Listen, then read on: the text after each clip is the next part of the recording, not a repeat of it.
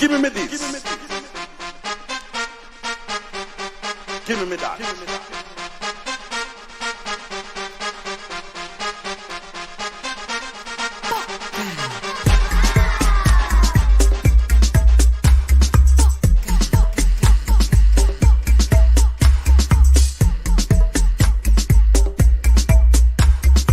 Give me this. Give me that.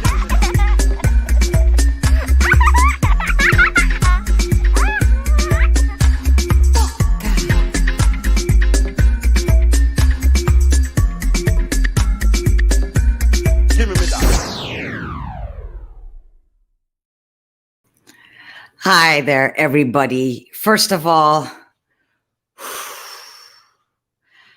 I just came back from work. I mean, I really have to be thankful to my clients at the Workplace Pride Foundation for making today's event a little early to accommodate Poca TV live. But traffic was slow and I was in my car and I was nervous that I would make it. So here I am. Time for Zen. Welcome to the 6th edition of Poca TV Live. And today is a very special edition because I've been so swamped with work this entire month that I really didn't dare prepare for a proper, regular, I should say, episode with a guest from somewhere in the world telling us all about the great stuff they do to make this a better world for all of us to live in. I didn't have time for that. So I thought, you know what? Let's make it special. And let's make it an AskPoca version. So today I'll be telling you a little bit about my own life. And in between, you get the chance to ask me questions. Now, the way this is going to work, you can do this by comments on the Poca TV stream on YouTube and on the Poca TV stream on Facebook. Not on my own stream. I won't see those comments. So just type a question to me in your comments on Poca TV, Facebook, or YouTube, or even Twitter. And I'll see if I can answer a couple of them if I dare and if I have time for all of that. So just keep them coming. And I'm even going to drop a stream link in the comments. I hope you all see it. And that stream link is if you want to join me on screen on your device. Make sure if it's a telephone that you hold it horizontally, and please wear earplugs if you want to join me in the studio. So there's the link, hopefully in all sections. Nah, I don't think that worked. Well, whatever. Let's do it without. Just send your comments and then I'll see them there and answer your questions. Use the hashtag AskPoca. That looks great. I don't know why. So, as always, I'm going to start this program by, doing a dedication to my youngest sister, Aisha. I'm sure you know by now that it's been more than 10 years since she passed. She died of cancer, and Aisha was this most happy person in between the somberness, but somebody with a really positive outlook on life. And she always thought that something good could come out of anything bad. That's the way she lived her life. And that's what she left us all. And she is the one who once had a vision of Poca TV going live way before this was a technical option. She had a vision not only for living the right way, but also for things that could at one time happen. So this one, again, is for you, Aisha. And today I would also like to mention two other dear people that I lost this week. Raoul Emanuels, very unexpectedly, and Hans Kreewinkel, expectedly. The world lost two wonderful people, two people with heart, two people always ready to help somebody out, two people who never really looked at themselves, but looked at the people around them and made sure they were okay. They are both gone from this earth now, but their names will be named forever, and they will always remain in our hearts. Raoul, Hans, and Aisha.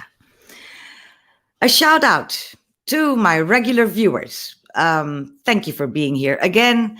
I know a couple of names. I know Mom is here. Hi, Mom. How are you? You're going to be in this program. You know that. My sister Adrienne, I'm sure she's there. Melvin is usually here. Ute is here. Adam is usually here. I know Kabu isn't here today, but she did send me some questions in advance, so I'm going to take a couple of those. Whoever's there, let me know in the comments that you're there, and thank you for joining. As usual, I'm happy to have you here. Leave us comments, ask me a question today, anything, and I'll see if I can get round to it. And also do me a favor and follow Poca TV on YouTube and Facebook, because I need some more clout, people. I need some more online clout. And you know that only happens if I have tons and tons of subscribers and views and all of that. So keep coming back to my videos, make those views go up. And also tell your friends to tell your friends, their friends, because I mean, what have you got to lose subscribing to Poca TV?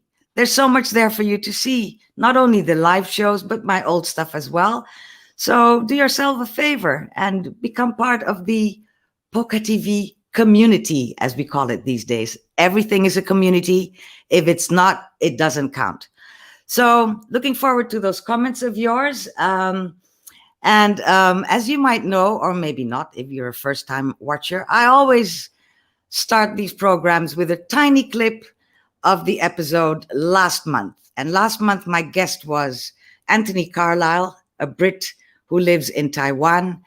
And we got into a little tiff about whether or not Asia was better than the West. And this is what he had to say.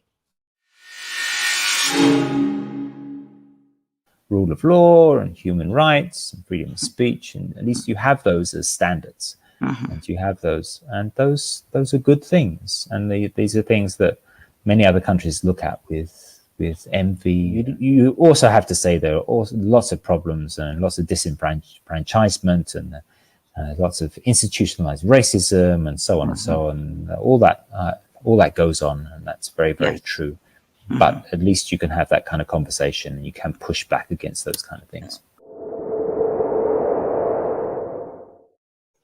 So that was Anthony Carlisle last month telling us not to be so negative about our lives here in the West, for the reason, at least on paper, we can open our mouths and we can say what we have to say on any given subject. I'm not sure if practice is the same as theory, but at least on paper, we've got these things settled in the West. So here we go. I'm going to tell you a little bit about my life. Now, let me see. I got one comment here already. That's DJ Conscious wishing me long life. Thank you so much, DJ. I'm looking forward to your questions. There's Adrienne. Hi. That's my sister. I'm sure you got a question or two for me as well. We'll get round to them. But as I said, I'm going to start telling you a little bit about my own life. Why not? I mean, it's as good a way as any for me to figure out who I am and why I do the stuff I do. So first of all, what you need to know is I was born in South America, in the country Suriname, which used to be a colony of the Netherlands, which is why I am a Dutch citizen, and I have always been. So I was born there in a really good wine year. If you really, really need to know, you can Google it for yourself. I don't need to tell you my age. It really is of no concern. I was born there in Suriname and in a happy family. But before I get to the family, I would like to take you a little bit back in time to my four people. Grandmother Dina Klu and grandfather Michel Hunkar, who were my father's parents. Granny Dina came from French Guyana, which is the country to the right of Suriname. I'll put it right back. You see, you got three Guyanas. There used to be three Guyanas: British Guyana, Dutch Guyana, which is Suriname, and French Guyana to the right. And that's where my grandmother, Dina Klu, was born. I really didn't get into the specifics on how she met grandfather Michel, but they did, and they fell in love, as people do. And they lived in Suriname, which is where they had their two children, my father and my uncle Felix, who is no longer with us. Neither is my dad, by the way. But grandfather Michel was a tailor, and grandmother Dina used to do, she was, let's call it Airbnb before that even was a thing. She used to have people living with her, and she cooked for them, and she took care of them. And she was a very devout woman, and she worked really hard. I never knew granddad, but I did know grandmother, and she was a lovely person, and we have a lot to thank her for. Isn't she beautiful, though? On the other side of the family, we had grandmother Willie Gayatri and grandfather Hari Sweep. They both have really complicated pasts, so I really cannot get into the details of that. But as you can tell, grandmother Willie showed more of the Indian blood that we all have as well. So this makes me a Dogla. I don't know if you know the word. If you don't, you can Google it. But what it actually means in many Caribbean countries is a mixture of Indian blood and African blood. So it's this color and this hair and these eyes. It's the eyes that we got from India. Thank you, grandmother Willie, for that.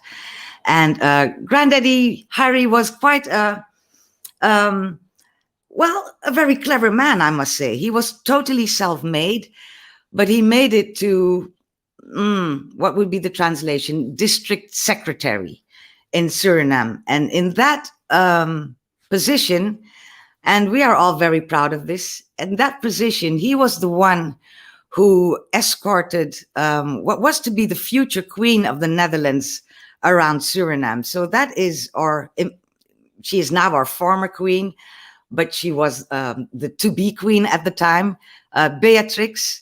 And on the left, you can see my grandfather, Harry, and he was the one looking totally spiffy, if I do say so.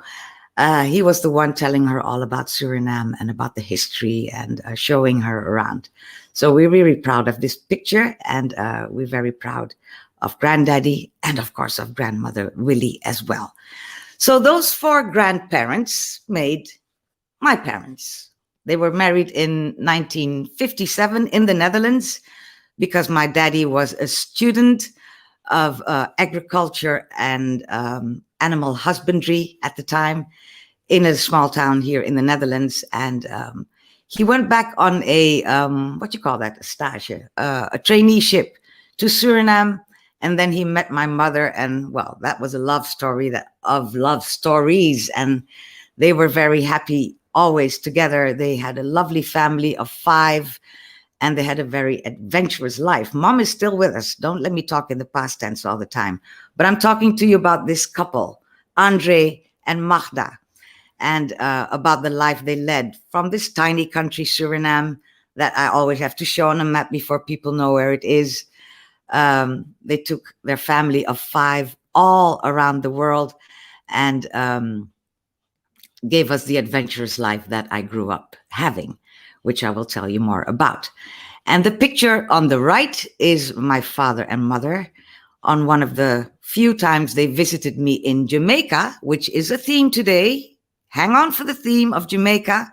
They visited me there in 2008 and a couple more times. And this time we were rafting on the Martha Brae River.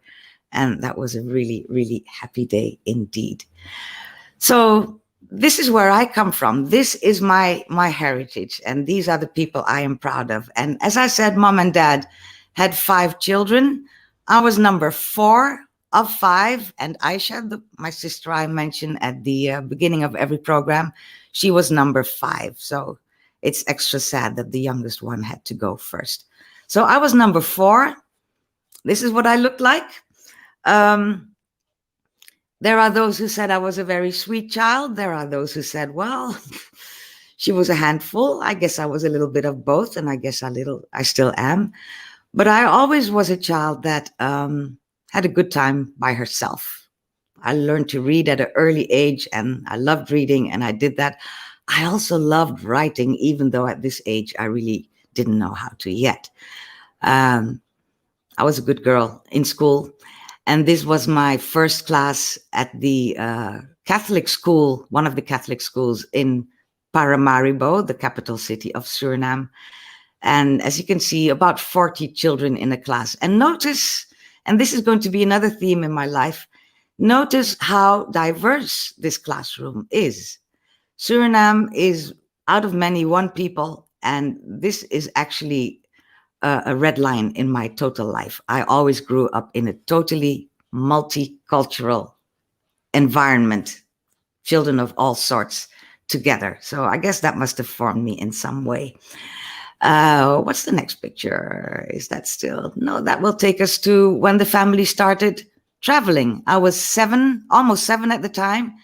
And my dad started working for the Dutch Ministry of Foreign Affairs or for the United Nations. He did both.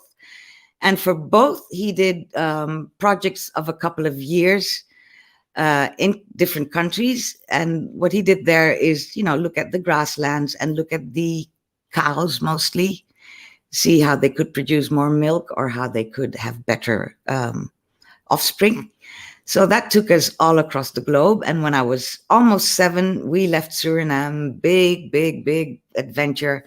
We spent a couple of months in the Netherlands first, and then we went on to Malaysia, where I lived for 2 years. I don't have many pictures of that time, but we used to have a really nice life. I do remember a lovely house, a great garden. And on the right, you see me with my sister Angelique, who's 2 years older than myself, and little Aisha, who is 6 years younger than I was. That's what she was. And I was in the middle. As you can see, yes, probably a handful. Still, I don't really do harm. Not most of the time. Let's put it that way. This was my classroom with Mrs. Rosells at the Good Shepherd Convent School, which was a school run by Irish nuns. One wonders these days, what did Irish nuns have to do in Malaysia? But there you have it. It was a lovely school, mixed class, and children, once again, let me see if I remember some of them. I'm seeing somebody from the Philippines, from New Zealand, from England, from Pakistan, Germany, Australia, India, China, Vietnam, New Zealand. That was my class. Me from Suriname, 2 girls from the United States. So there you have it again, very multiculti and very, very non-school. So it was quite a lot of discipline and quite a lot of hard work. But we did do a lot of singing as well, and I loved that. And we did sports, which is when I finally, quite late in life, found out that I was actually quite fast. So I was to go into sports at a later time. I started out probably here. After 2 years in Malaysia, lots of adventures to tell, no time to tell them in. After 2 years in Malaysia, first of all, we went back to Suriname for 1 year, and then we left for Brazil. Brazil was everything that you think it is. A nice, warm country with palm trees, beautiful people, lovely beaches, free for everybody, which is something that many countries can learn from Brazil. The beaches are free for everybody. So on a beach day, you see the really rich people lying next to the people who have not a cent. And that's the way it should be, because I know in many countries, it's the hotels that are built on the beach and people, local people, have to pay to go to their own beach. Learn from Brazil. Not many pictures. I didn't have time for enough pictures from Brazil, but this is where I really turned into a sporty girl. I went to the American School of Recife, which is in the northeast of Brazil. And there you have it again, a very mixed company, all colors, all sorts. And this was the handball team of our school. It was a really tiny school from kindergarten to 12th grade. I remember there were only 156 students in total. So my class was really small. I had, there were 11 children in my class, and we were a big class, can you imagine? So every class had their specialties. My class did the newspaper, did a play, and a lot of us were in the sports teams. And I remember mostly that. I remember doing a lot of sports in Brazil. I made it to that handball team, and I did quite well, if I do say so myself. And I also did the athletics team, of which I have no pictures. So that's where I want to stop this for now. I will carry on with with my own life story in a tiny little bit, but I do see that people are starting to react in the comments. DJ Conscious says his great-grandfather was a tailor, as was my grandfather. So that's another thing that we have in common. And yes, DJ Conscious, Martha Bray River, you can go rafting there. I'm sure you do. You've been living in Jamaica for 4 years. Come on, you know that. I'm teasing you. Ghostin, who I don't know who it is because I don't deal with anonymous people, but he or she says that is grandma. So we must be related. Ghostin, give me a hint on who you are because I do not know who you are. And as somebody who deals with social media a lot, I really do not deal with anonymous people. So let me know who you are, Ghostin. We share a grandmother. That should do it. It's Pharrell. Hi, Pharrell. Pharrell is my nephew's son. Wow. So when he said this is grandma, he means my mother. And she's not your grandmother. She's your great-grandmother, Pharrell. Your grandmother is my sister. This is getting to be complicated. Excuse me while I get a bit of water. I am really thirsty. Hold on. It's nice of you to watch, Pharrell. Really happy that you're here. Some of my friends have sent me, who couldn't be watching live today but want to watch the rerun, send me some questions that they wanted answered in the show. One of them is Rachelle Urka, who lives in Singapore. She's asleep by now. So she sent me this question to be answered. She said, which 5 persons helped to form me and why? Well, Rachelle, obviously, mom and dad. So that's 2. Mrs. Geirus in grade 6 in Brazil. She really inspired me because she actually made me the editor-in-chief of our school newspaper. And she was the first to see a journalist in me and really taught me the basics with which I've been doing my work all these years. So Mrs. Geirus cannot be unmentioned. I have to mention Adam, DJ Conscious, because he has so very much broadened my knowledge of reggae. I thought I knew a lot about reggae until I started listening to consciousradio.net every Sunday live. So Adam really influenced my life. Because of him, I know so much more about the music. And by knowing more about the music, I got to dig more into the culture of Jamaica and into Rastafari and into a whole lot of things. So Adam would be a number 4. Now, who would be number 5? I'm not going to name somebody I actually know. I think I'm going to name, why not? I'm going to name Oprah. And why Oprah? Because Oprah, much like myself, was a very unlikely person to have the life that she actually leads. I know she did a lot better than I'm doing so far, but my life isn't over. And I know she had a lot of breaks that I didn't. But what I do love about Oprah is that she designed her own life and she lived her own life. And despite what anybody ever said about her, she just went her own way. And look what it got her. Sometimes you just need to make your own plan and stick by it and take it step by step. And no matter what anybody say, that's what Oprah did. And that's why I would say I could call her maybe an influence in my life. So that's your 5, Rachelle. Another question that came in early last night, to be honest, is from Kabu Ma'at Kheru, who is possibly the best activist journalist I know in the world. Activist journalist being the type of journalist I would like to be. I mean, it's still about telling the story. It's still about telling both sides or 3 sides of a story. But I do not believe in the neutrality of journalists because every journalist is a person too. And they wake up in the morning in a good or a bad mood. They see stuff on television that shapes them. So nobody is neutral. And I do like a journalist who once in a while skips the role of a journalist and just tells it like it is and digs for the answers that are never given. Kabu Ma'at Kheru is one of those people. She does it every Sunday. I listen to her on IRI FM.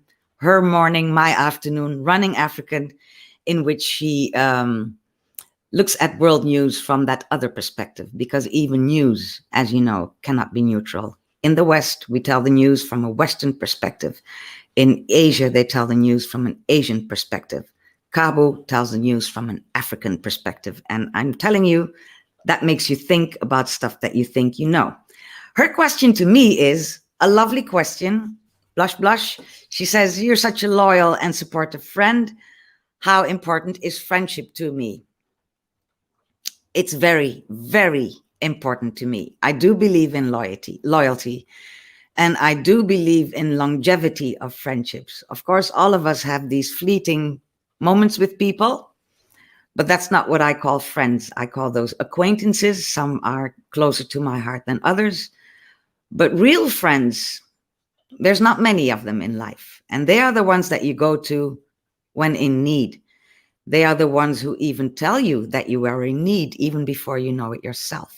So those people are the ones, to me, for life. And whether or not we like each other all the time is a different story, but we are still friends, and we pick up once in a while where we left off. So that's how I see friendship, Kabu, and I value yours a lot, as you know. Evelyn Bruce asked me a question. She's going to watch this later with her mother, who's over from Aruba. She says, "Would you choose radio or television or a hybrid form?" Well, Evelyn, come on. I'm a global freestyle multimedia journalist, and I've been that for 14 years. So yes, the hybrid form. I love radio. I love television. I love online. I love doing all the stuff I do. I even love making the stuff so I can do the stuff that I love doing. So yes, the hybrid form. I think I can easily coin it. I've been doing it for years, and I'm not about to stop. So that's the first couple of questions for now. Let me see if there are any spontaneous ones in here in the comment section yet. Not yet. Don't be shy, people. Send me a comment. Ask me a question if you have any. And if you don't, I have plenty already. So don't bother yourself. Next up, we are going back to my younger years. And from Brazil, which is, I left there when I was 13. And we then went to Tunisia in the north of Africa. And it's an Arab country, a Muslim country. My first experience living in a Muslim country. Very enlightened, if that's the word you can use, Muslim country, always, on the forefront of things. And I actually liked living in Tunisia. I had to learn a new language again, French, to be able to do my math, but there you have it. I quickly found a friend who speaks English and French, and you'll be meeting him in one of these Poca TV lives soon. Tarek, I know you can't be there next month, but you'll be there sometime soon. Tarek Msadek speaks English and French, and he helped me out in the beginning to get acquainted and to learn the basics of French language so that I could do my history lessons and my geography lessons and my philosophy lessons and my math. So Tunisia, we lived there for 4 years. I'm thinking from year 14-ish to, 13 to 17 is when I lived in Tunisia. And this family picture is the only one I could find with all of us in it. So siblings, forgive me if you're not happy with it. I think it's a lovely picture, except for my obnoxious self, not looking in the same direction as everybody else. But maybe that gives you an idea of my character and my way of doing things. So let me introduce to you, to the right of me is my eldest sister, Adrienne. Next to her is mom, beautiful mom. Standing next to her on the back row is Angelique, the one who's 2 years older than me. In front of Angelique is Aisha, the youngest one. It was her communion day that day. And there's dad looking fantastic as ever. And my brother Melvin on the right, looking dapper and looking fantastic. So this is the Hunkar family. These are the people who were my home. Because, if you live 2-3 years everywhere and then move on again, and then 4 years and then move on again, the one thing you have in life that is constant is the people you are with. And these are the people I was with. So to me, these people are home. And there you have it. Nothing else to say about that, I should say. After Tunisia, when I left school, I graduated from the French school and came to the Netherlands. That was my first real time living in the Netherlands. I thought I would do some proper studies. My parents thought I would do that too. But I tried a couple of things, and I guess I was a little restless, or I was really tired of, learning another language, getting used to a new country, or I don't know what. Or maybe it was even the temptations of being on my own for the first time in my life at 17 years and, a lot to discover. So I wasn't such an academic person. I tried a couple of things, but nothing with any great results. And the other thing, I had one dream, because I was a dreamer then, as I am still now, but this is me, 17, 18, 19-year-old-ish, and you can tell that I'm a dreamer. And what is it I was dreaming about? Well, I had this dream to become a radio presenter in a time when only men did that, white men. So I don't know where I got the idea from, but that is the thing that I wanted to do. And I actually did almost anything I could to achieve that. So of course I had to go to my day job to make a little money, but I used to spend nights and weekends in some tiny little studio learning how to play records and work with a microphone and use jingles and I don't know what, talk in a microphone and do all of that. And in the end, what it got me is a demo tape that I could make and send off to the real people who were actually going to pay me to make radio. And they bought into it. And there I was on Dutch national radio. First, I did a couple of, programs for people who were sick or people who were, for some reason unable to go to work. So chat on the radio in the middle of the night and play really middle of the road tunes where my heart was really in the underground music, but never mind. I did that and I learned a lot in those days. And then I went on from there to my own program. I did a program for rap and reggae music. I had rock and roll talk radio in the middle of the night. I used to play this really heavy music, and I used to have people call me in the middle of the night and talk about a certain topic, much as I'm doing today. But today the topic is myself, which I'm getting used to by now. I'm hearing myself a lot. So it's time that you guys, join in the fun and talk to me for a little bit.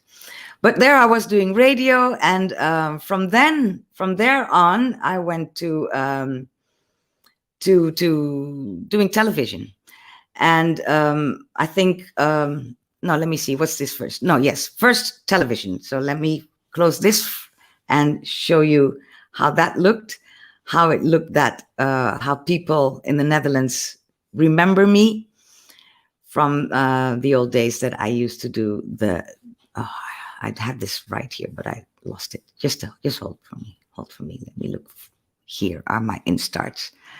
This is the one. People in the Netherlands know me mostly from reading children's news and Het is morgen een beetje hetzelfde weer als vandaag. Er zijn veel wolken en het kan een buitje regenen. En misschien breekt de zon af en toe even door. Het kan 20 graden worden. Nou, een lekker zondagje dus morgen. Alleen wij zijn er niet 's avonds, maar maandag weer wel. Leuk weekend en tot dan. Dag!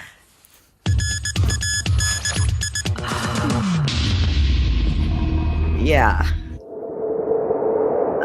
I did this program for 6 years. It was lovely. I had the most lovely workplace in the world. And I learned so much about making television. I've learned to speak a little slower than I used to in those days. And I guess my voice has gone a lot lower since then, but that's old age. It's okay. We don't mind. So Jeugdjournaal is what most people in the Netherlands know me for. And I'm thankful for those years because they really formed me and they've given me the opportunities to do a lot of stuff after that. So after those 6 years, I went on to do regular news on television. and a whole lot of cultural programs about dance, about music, about festivals, really lovely stuff. I did when our queen came from Argentina.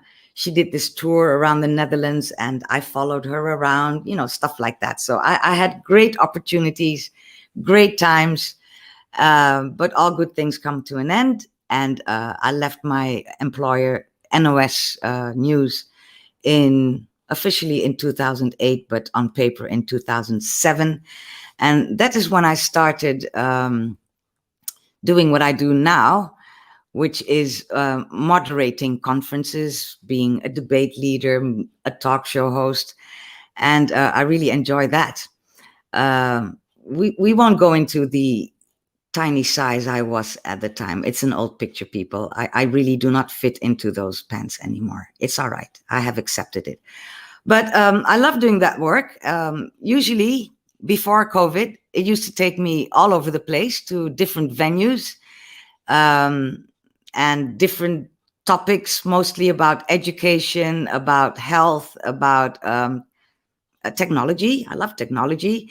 About human rights, that kind of topic. It has to be about people. I'm not that economic person that you would call to host your conference about why banks do the stuff they do, or why the interest rates have gone up when nobody uses banks anymore, at least not the people in the banks. Everybody's doing their own banking, and one wonders those things. So I'm not the right person to do that kind of conference, but anything about people, I love doing. And I do a lot of it. So this is probably the most corporate thing I ever did. Notice the people in the room, and notice me being the diversity in the room. It was a fun day. This was actually quite important people there on stage. I can see the former general of the army in the Netherlands, and the former head of the Employers Association in the Netherlands. So high up people. Yes, I do mingle. I try. Now, this is something I haven't done in a year and a half. A room, I remember this was about 1,200 people. I haven't done that anymore. Everything has been online these past months, and that's how it went. And I know that Els Apel has a question on that. Hold on tight, Els. I will get to your question. But this is one thing I haven't been doing for a long time, a full room like this. I did have 50 people in my room today, which was nice. That was the first time since whenever that there were actually people sitting in the venue, but we still did most of it online. And another thing that won't be coming back anytime soon is me getting on a plane to do my work elsewhere, like I did in November of 2019 when I went to Taiwan and hosted the International Women's Conference there about domestic violence and women's shelters. So this was me with Ingrid on the left. Hi, Ingrid. I think you're watching, even though it's the middle of the night. Ingrid, I remember that day vividly. You took me to lunch, and we did the pre-talks about everything that was going to happen in the coming days. On the right, I was being interviewed on Taiwan radio about the upcoming conference. And in the bottom, you see me enjoying bubble tea. Bubble tea, we need bubble tea in Europe. I love bubble tea. So that was lovely. Taiwan really was. And as you can see, it was quite a huge event with, I think, people from over 100 countries there. I'm not sure how many people were there, but it was a huge room full of them from all over the world. And I made a few really interesting friends at the time, and really enjoyed it. That's Raymond, my co-host. He did a lot of stuff that was in Chinese, and I did the stuff in English, and we switched those 4 days and had a really good time. Up next in my little, let me see. Up next in my program is, hold on, where is this? Yeah. Some more questions. Yes, I think I'm going to take the question that Els asked me, because she did ask me Elston Apple, asked me how did I adapt to the pandemic for my work this past year. Well, to be honest, Els, I am one who, first of all, I was used to being at home by myself because I do go out to do my work, but everything else that I do the preparing it, my administration, my acquisition of new clients. I do that at home. And I live by myself. All I have that lives is a couple of plants. Well, this one is iffy, might be in need of replacement, but I do have a couple of plants that actually are alive. So I was used to being by myself. I actually like being by myself because, my head's always working and it's hard to have conversations when your head's working all the time. And I was one to always tell people, you know what, if you don't have money to do a big event, why don't you do it online? And then they said, no, we don't know how to do it. It's complicated. And now everybody's doing it. So I guess I was at the forefront of doing online events in the Netherlands, at least. And I just, put up this little studio here, bought myself a proper microphone, got some backlights, and got some clients who need somebody with camera experience because that is what most people are looking for these days. So I actually had a really good year during the pandemic, which is hard to say because I know that many people weren't as fortunate as I was. But, I have to give thanks, and I do, and I'm well aware of my luxury situation. So that's how I adapted. I switched from going to those large venues that I showed you earlier to doing a lot of stuff, either from my house or from a tiny studio or from a venue with a couple of people and the rest watching online. That's how I've been doing my work. And for me, it's okay if it stays this way. It's just fine. Another question from Evelyn earlier. Where is Evelyn's question? She wanted to know if it would be interesting to me to be a coach to young television or radio talent that is sorely missing on Dutch television and radio. Yes, Evelyn, I actually do that already. I do training as well. I train people who want to be a presenter, and I try to help them find themselves within themselves and, show the best side of themselves. I also give training to people who need to learn how to be a stage presenter. And these days, more and more people need to know how to do something like this online. So yes, I give all of that kind of coaching, and not as much as I might want to, but maybe there's not enough time for it anyway. And then we're slowly moving to my life in Jamaica. And before I do, a question from Kabu about that, Kabu Ma'at Kheru. She wants to know, how did I ever get turned on to Jamaica? Well, I have told this story before, but not everybody listens to me every day. So here we go. I went there the first time in the year that IRI FM was founded. So I think that must have been 1991 or 1990, either one. IRI FM, the #1 station in the world, was founded that year. And I went to Jamaica with my then partner. He was a reggae lover, and he was playing all these tunes that I grew up with, and I never knew they were Jamaican music. But I just grew up with them because my dad and my mom had those records in the house. So I just grew up singing those songs, and he used to play them and tell them this is Jamaican music. And he used to already go to Jamaica at the time. And it was really hard to get to Jamaica from the Netherlands in those years, because nowadays you just hop on the plane. If there's no COVID, you hop on the plane here in Europe and you hop out there in Montego Bay. But at the time, you had to do this whole 24-hour thing, go to the States first and sleep, and then get on the next plane the next morning and go to Kingston, and then take a bus to the north of the island. That's how we used to do it. So I went with him, and I remember standing at the top of the stairs of the airplane, not even on Jamaican soil, and thinking to myself, for the very first time in my entire life, this is home. And I don't know what that was. And I don't know why I felt this way, but it was a very strong feeling. There I was feeling the breeze. It was balmy night. It was dark already, but I smelled the smells of the tropics, and there's always sound lingering in the air in Jamaica. And to me, I don't know why, but it felt like home. I had a really lovely time there. Then the first time I went to Jamaica, and I already started saying, one day I will be living here. Crazy thing to say, but you know, you have to dream big and then make those dreams come true. So at a certain point, I got quite sick of myself saying that one day I would be living in Jamaica. So I thought, you know what?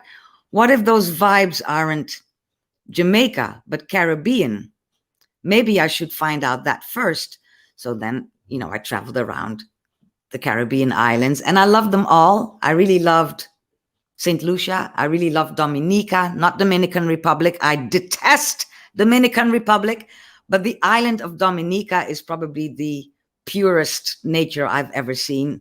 They do get a lot of earthquake and hurricane, all of that, but it's a beautiful island. And I love Dominica, and I did love St. Lucia, and I loved St. Vincent and the Grenadines. But none of those islands gave me that feeling that Jamaica did. So yes, I went back there, and then I actually did start living a life there in Jamaica. So to people who don't know where Jamaica is, now you know. It's on the map. It's the most left little red blob. It's a tiny island right underneath Cuba, which is right underneath Florida, which is in the United States.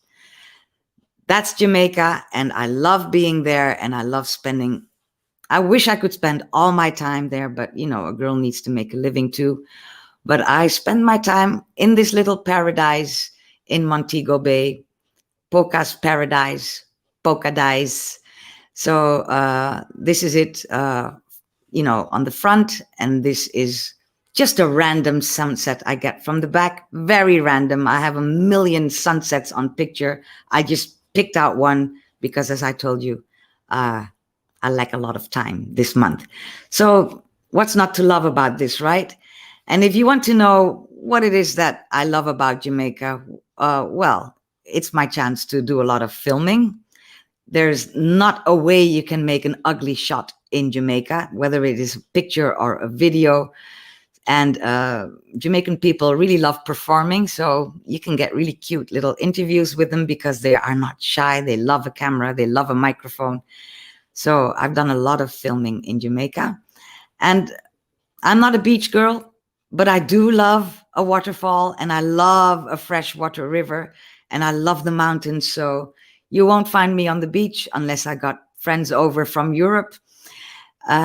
You'll find me in the hills, in where the real Jamaican people are, and where real Jamaican life passes you by, and where you can actually drink that water.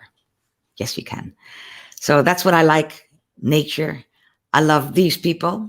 These are people without whom I really couldn't even have a life in Jamaica.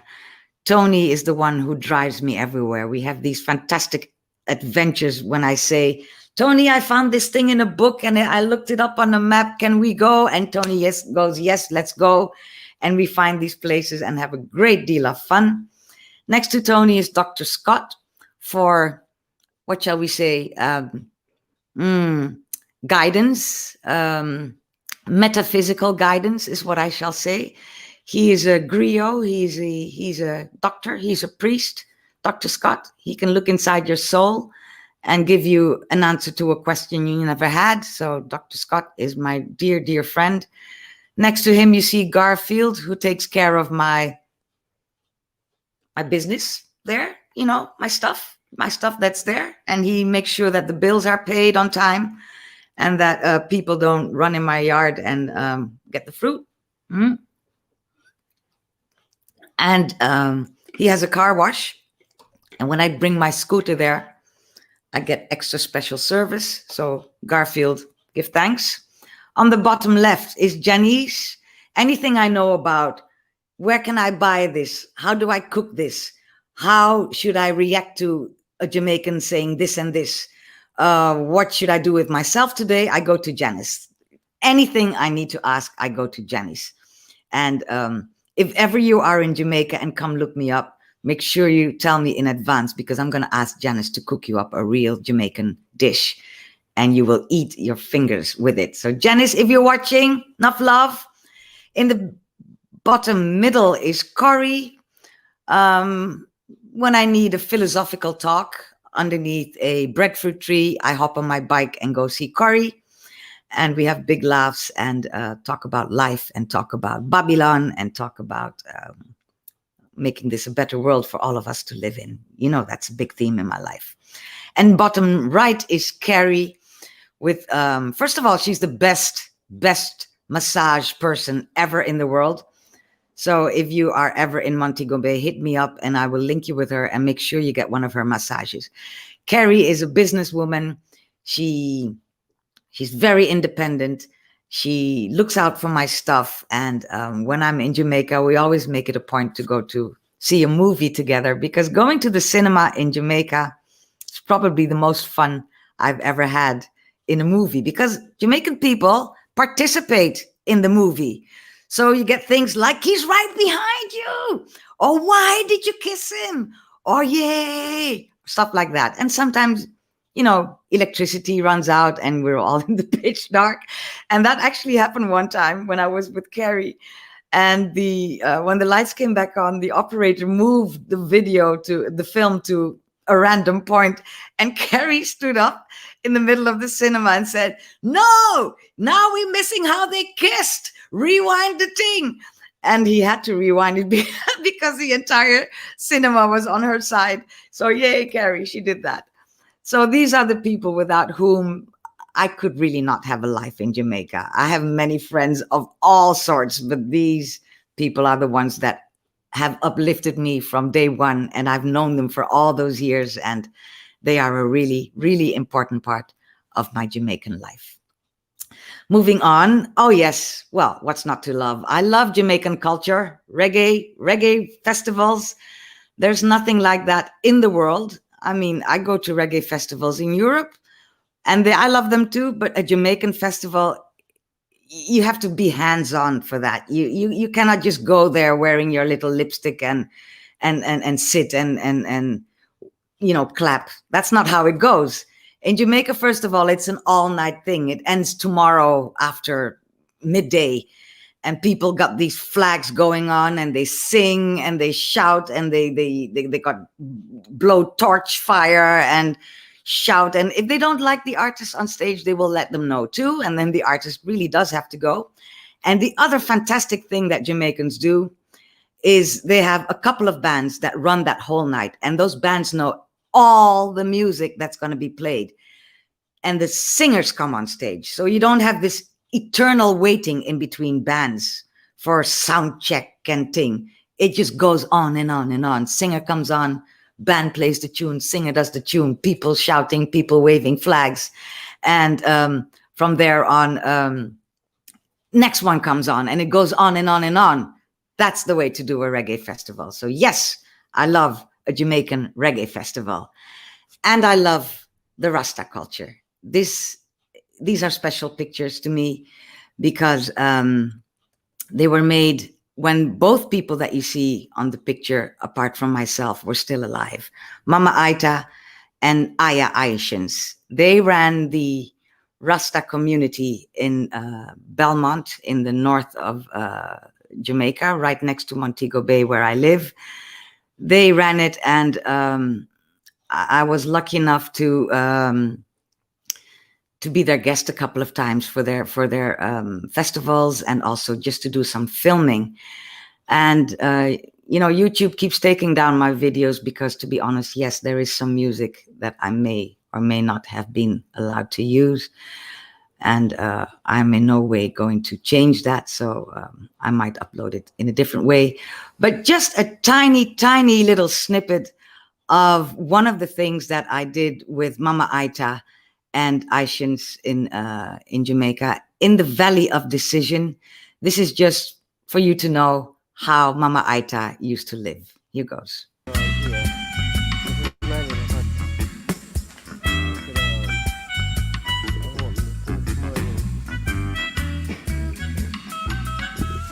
So I hide away inside here at night. You hide away inside. Is that you say? Yes, What do you hide from, when I want mother? to get away from the noise of the world, I come inside this little space here. This is wonderful. Can the camera film it? Yeah. Or do you want to keep it to yourself? Well, we can do the outside maybe. We can do the outside, exactly. I think I agree with you. Okay, keep something. Keep something to your own self, mother. Yes, I understand that. It's lovely.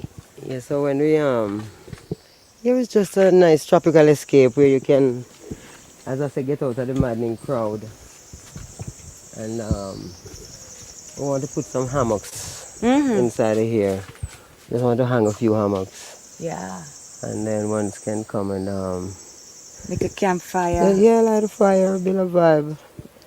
There's so much happening in the world. I wonder when the war is going to end. Or will it ever? Yeah, so that was just a tiny bit of Mama Aita in the Valley of Decision. I promise I will do my best to upload it in such a way that it doesn't get taken down all the time. A quick look in the comment section. Here is Elmar Tan, who said, hi, just tuned in. A show called Poca herself. What's the occasion? Well, Elmer, thank you for joining on YouTube. The reason I'm doing this show about myself with questions from the audience is because I had no time to prepare for a proper guest this month. And I thought this would be the easiest way to still have a program and to switch around a bit and, do some fun stuff. So that's why it's all about me today. Thank you. And no, it is not my birthday. My birthday is sometime at the end of the year. My neighbor, Barbara, watched for a little while. She's got other stuff to do. Thank you for watching, Barbara. And, we're neighbors. So if you have questions, you can always ask me easily. DJ Conscious has a question here. Let me see if I could choose one thing to change about my character, what would it be? I'm sure you know, DJ Conscious, that the one thing I need in life is more patience. I'm a very impatient person. So yes, if I had some training for that or some epiphany that would teach me to not be so totally exasperated with everything and everybody, because I always think I can do things quicker and better and yes, that would be it. I would love to have more patience, more like my mom. My mom is this very patient person and loving person and caring person, stuff that I'm not. But anyway, DJ says patience. I knew it. Of course I knew it. You're the victim of my non-patience. Oh, Lord. Let's see, where are we now? I have a few more questions about from my friends.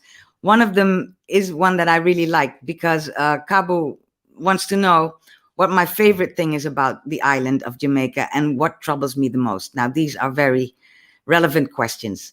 My favorite thing, and I will always say that to anybody who has 2 minutes time to listen to me, my favorite thing in Jamaica is the people. I love their directness. I love their golden hearts. I love the way that things can be volatile for 2 seconds and then turn back into love. I love the way they look out for you. I love the way they look out for mom when she's out in the streets by herself. Everybody knows my mom. My mom is really famous in Montego Bay. But Jamaicans are very creative people. They come up with this sideways look at life. In the West, we are used to thinking in models and thinking in probabilities. And here comes Jamaicans looking at things sideways and, coming up with really creative new insights. Of course, they came up with reggae music. We have to be so ever thankful to them for that. They are the ones who brought Rastafari to the world. And I'm not saying I'm a Rasta, but I do adhere to many Rasta principles. And I do have a lot of respect for people who are real Rasta and live the actual Rasta life. It's not in me to do that. But yes, so those are the things that I really love about Jamaica, among many other things. And what troubles me most, and you do talk about this a lot on your own program, Kabu, I'm not liking the way crime is going in Jamaica. I always have to tell people in the Netherlands, yes, there's a lot of crime, but we got crime in Holland too. But from what I'm hearing, especially since the pandemic, the numbers rising and a lot of domestic killing going on, and women and children being the victim of that. That's something that needs to be dealt with. Remember, I did that conference in Taiwan, which was exactly about this topic, Kabu. We need to talk about this. I know you have many influential friends, and we need to talk about uplifting women in Jamaica and making them see their own worth and not being as dependent on the wrong type of man as they seem to be. So that's what really, really troubles me. And the question about the beaches, of course. Why do Jamaicans have to pay to go to their own beach? It's ludicrous. The money goes back to Italy or Spain or Germany or wherever the hotel owners live. Jamaicans need to be able to go to their own waterfalls and their own beaches without pay. That needs to be taken care of. So that was a question. I have an early question from Simon in Botswana, Simon Molozi, who asked, hi, Simon, thank you for watching and for sending me this text earlier. If all would be allowed, what would I change in the world? To me, that's clear. We need to stop having the haves and the haves not in the world. I think if we learn to share, we will all know that there's more than enough for everybody and nobody would be wanting and nobody. But we need to change the systems in the world that prioritize certain people, and the rest of us are here to do the dirty work, so to speak. We need to work on changing those systems, and I think we're working on it, but it's going a little slow. And yes, that's what I would do if I had anything to say. That would be my first thing to say. Get rid of all these different levels in power. And I'm not saying everybody should have the same amount of money. Not everybody wants the same amount of money. Have you ever thought of that? But I think we need to change the system where a very small group of people have power over the rest of us. That needs to go. There you go, Simon. I hope that was a good question for you, a good answer to you.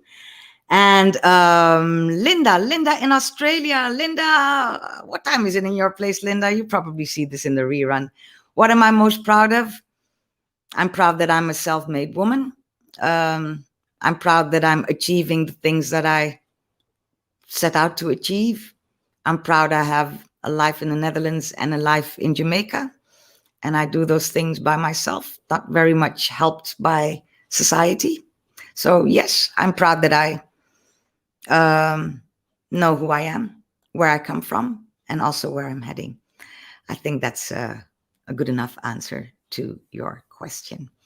See if there's any real questions coming anymore. I guess there are not. And to be honest, maybe it's time for me. How long have I been live? I've been on for more than an hour after a long work day and a lot of prepping for this and a lot of work for clients and filming for that new television program that will be airing in August on Dutch national television.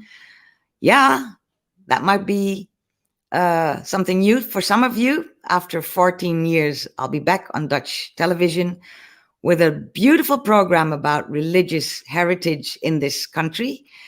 And with religious heritage comes cultural and historical heritage as well. So yes, it's a very broad program. It's beautifully filmed by the wonderful cameraman Viro Felix. The director is Wilberi Jacobs, who is a dream to work with. The sound man is Mark Wessner, and there's people working at the office as well. Ida and Marita and Janine and Pauline, they are working in the background, and that program will be airing in August. Quick question from my eldest sister, what my greatest ambition is. You know, I don't have a greatest one, but I do have one more wish in life, and I'm sure it will happen if all goes well. and that would be to spend more time in Jamaica than in the Netherlands. So switch it around, so to speak. And to get that done, we need to get rid of the pandemic. We need to make sure the next pandemic, we know what we're doing, so we don't have this 1.5 year lockdown that we're having now. And I need some form of income, maybe in Jamaica. That would be handy. So that would be my ambition, so to speak, to switch it around, spend more time in Jamaica than here in the Netherlands. Thank you for that question, Adrienne. Enough love to my brother Melvin, who's watching as well. And Elmer Tan, the same one who had a question, seems to be happy I'll be back on TV from August, Elmer. You can watch it with your friends. Tell them to tell their friends. And one more thing to tell you. Where is that little banner I made? It's right here. Next episode will be on July the 30th, which is the last Friday of July. And I'm thrilled to tell you that my guest then will be Step Fazen. Step Fazen used to be my colleague with NOS. And then she made a job for herself as a correspondent in Indonesia, where she did the most fantastic work. And I'm sure we'll be able to talk about that in July. So Step Fazen will join me then. I hope you will too. And as I said, I am slowly rounding up here. And the only thing left to do is get rid of this banner and to properly start the last thing that I want to share with you today, which is a recording by the Institut Français. They filmed in the Blue Mountains of Jamaica with proper reggae artists. I'm telling you, Winston McAnuff. I'm telling you, Kiddu's Eye. I'm telling you, Cedric Myton of the Congo. It was a live concert in the mountains, the Blue Mountains, and it was live streamed to Congo. And I took a snippet of that. If Karel Michiels, my friend in Belgium, is watching, thank you for tipping me this. It was a wonderful thing to watch. Check it out on YouTube at the Institut Français. I'm going to play part of it, and that's the way I'm going to go out. Thank you all for watching. Thank you for your questions. Thank you for being here. See you next month on the 30th of July. And in the meantime, be good, be nice, stay safe, and I'm out of here. Bye now.